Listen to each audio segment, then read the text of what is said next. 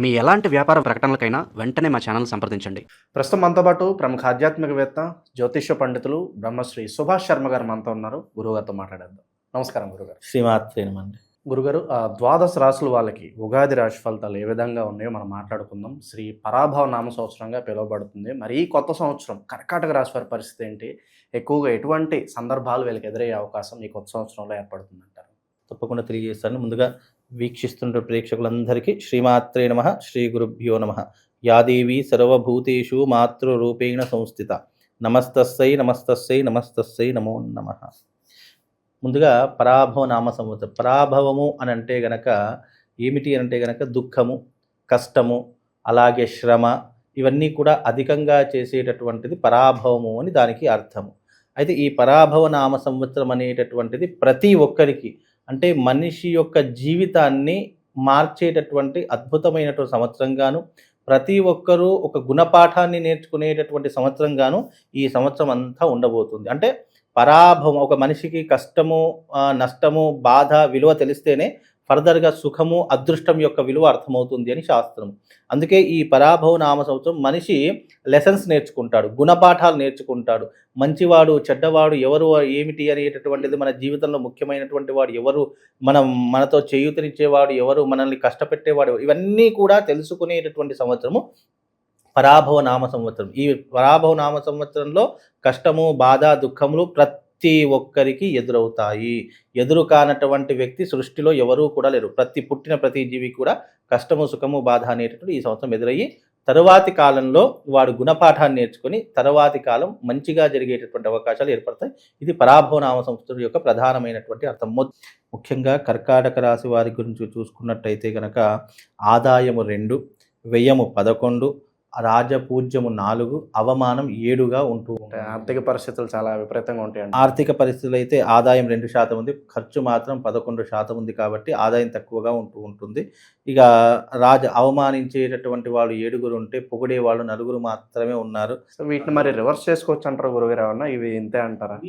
ప్రస్తుత కాలమానం ప్రకారం లెక్కలోకి అయితే రావివి. కాకపోతే ఏంటి అంటే గనక ఎంతో కొంతవరకు ఉపయోగపడతాయి అనేటటువంటి ఒక అంటే పంచాంగ సిద్ధాంతం ప్రకారమే చెప్పడం తప్ప ఇవి పెద్దగా వీళ్ళకు, అంటే ఈ కలియుగానికి ఇవి అంతగా ఇంపాక్ట్ అనేటట్టు మనిషి మీద చూయించవు.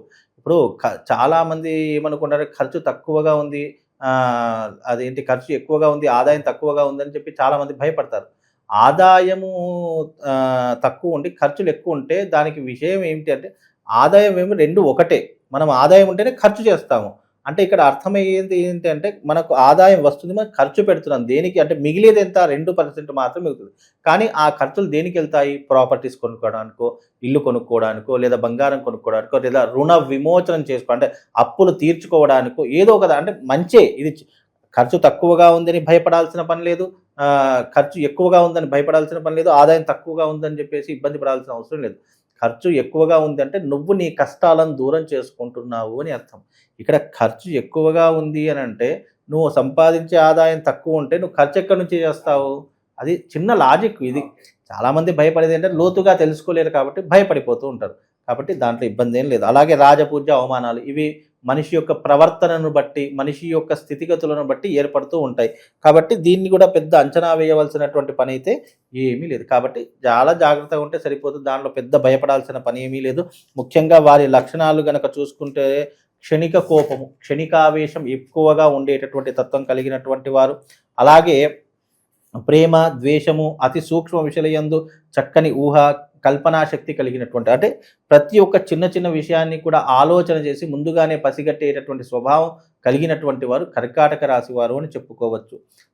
అలాగే కల్పనాశక్తి, సమయము సందర్భం లేకుండా ఆవేశపడుట, ఊహలకు అంచనాలు చేసి సామర్థ్యము కలిగినటువంటి వారు. అంటే వీళ్ళకి ఏంటంటే సమయ సందర్భాల్లో అనవసరమైనటువంటి ఆవేశం ఎక్కువగా వస్తూ ఉంటుంది.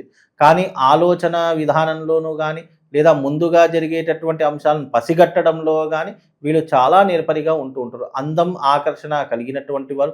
ఎవరినైనా సరే తమ మాటలతో కట్టిపడేసేటటువంటి వారిలో ఈ యొక్క కర్కాటక రాశి వారు ఒకరు అని చెప్పుకోవచ్చు. అలాగే నిశ్చలమైనటువంటి స్వభావం ఉంటుంది. నమ్మకములు, ఎవరిని కూడా వీళ్ళు ఎక్కువగా నమ్మరు. ముఖ్యంగా ఏంటి అంటే వీళ్ళకు రాష్ట్రాధిపతి చంద్రుడు అవుతాడు కాబట్టి చంచలమైనటువంటి మనస్తత్వం కలుగుతుంది. పొద్దున ఒక మాట రాత్రి ఒక మాట ఉంటుంది, రాత్రి ఉన్న మాట పొద్దున ఉండదు, పొద్దున ఉన్న మాట రాత్రి ఉండదు. అంటే చంచలమైన దుస్వభావం కలిగినటువంటి వ్యక్తులు.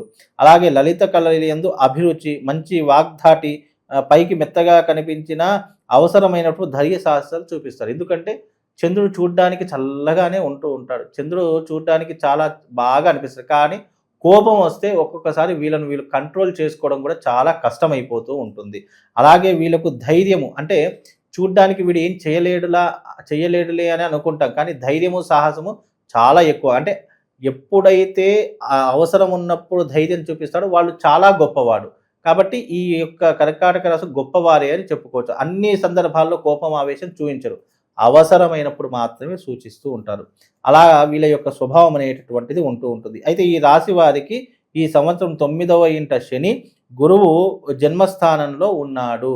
కాబట్టి కర్కాటక రాశి వారికి ఈ సంవత్సరము బ్యాడ్ పొజిషను అని చెప్పుకోవాలి. ఎందుకంటే అంత గుడ్ టైంగా లేదు కాబట్టి వీళ్ళకి ఈ సంవత్సరము అన్ని రకాలుగా ఇబ్బందులు ఉన్నాయి కాబట్టి కాస్త జాగ్రత్తగా ఉండాలి. ఎందుకు అని అంటే కనుక వీళ్ళకు 9వ ఇంట శని, 9వ ఇంట శని ఉండడం వల్ల ఏమవుతుంది అని అంటే కనుక వ్యాపారాలలో నష్టం మొదలవుతూ ఉంటుంది, కుటుంబంలో కలహాలు మొదలవుతూ ఉంటాయి.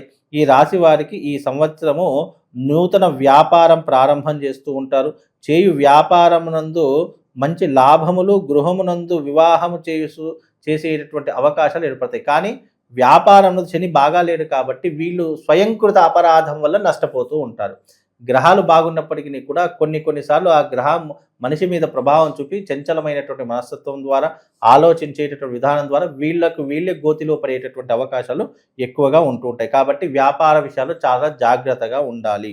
అలాగే ముఖ్యంగా వీళ్ళు వివాహాది శుభకార్యములు ఎక్కువగా చేస్తూ ఉంటారు. ఇంటి యందు శుభకార్యాలు మాత్రం తప్పకుండా చేస్తూ ఉంటారు.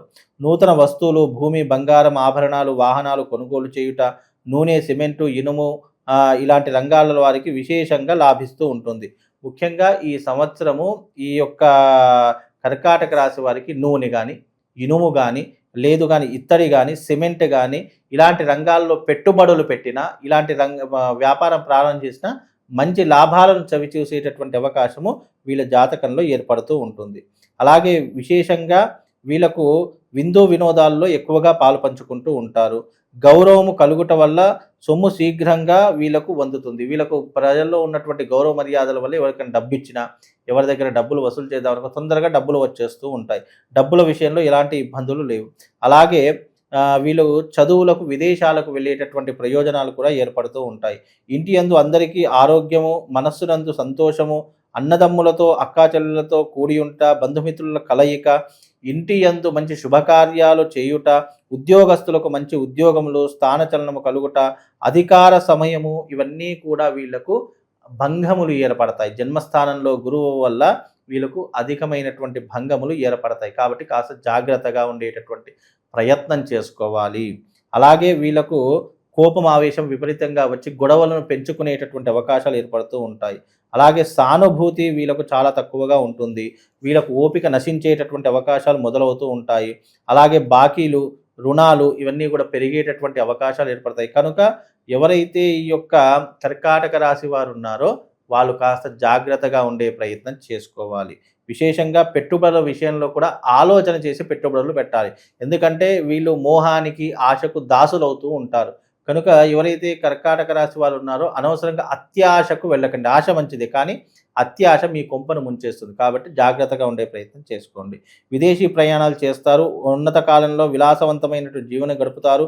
కుటుంబ బాధ్యతలు మీద పడుతూ ఉంటాయి. ఈ సంవత్సరము ఈ యొక్క కర్కాటక రాశి వారికి కుటుంబ బాధ్యతలు మీద పడుతూ ఉంటాయి. కాస్త జాగ్రత్తగా ఉండే ప్రయత్నం చేయండి. అలాగే ముఖ్యంగా వీళ్ళు ఖర్చు ఎక్కువగా చేసేటటువంటి అవకాశాలు మొదలవుతాయి. ఖర్చును తగ్గించుకునే ప్రయత్నాలు చేసుకోవాలి.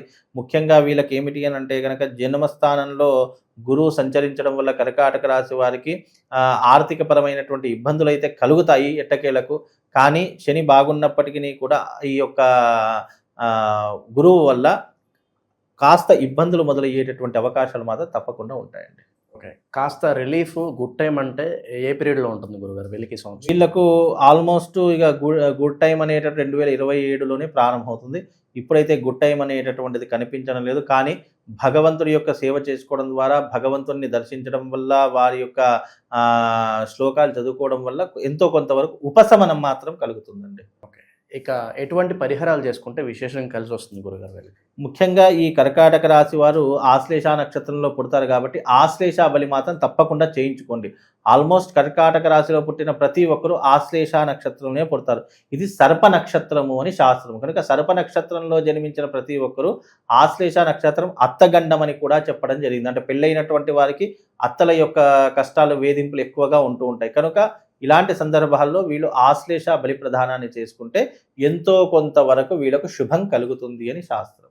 ఎక్కువగా ఎటువంటి క్షేత్రాలని దర్శిస్తే బాగుంటుంది ఈ సంవత్సరం? ముఖ్యంగా వీళ్ళు శ్రీశైల క్షేత్రాన్ని కానీ, కాశీ క్షేత్రాన్ని కానీ, లేదా అరుణాచల క్షేత్రాన్ని కానీ దర్శించుకోవడం వల్ల కాస్త శుభం కలిగేటటువంటి అవకాశం ఉంటుందండి. చాలా మంచి విశ్లేషణ అందించారు, ధన్యవాదాలు. శ్రీమాన్.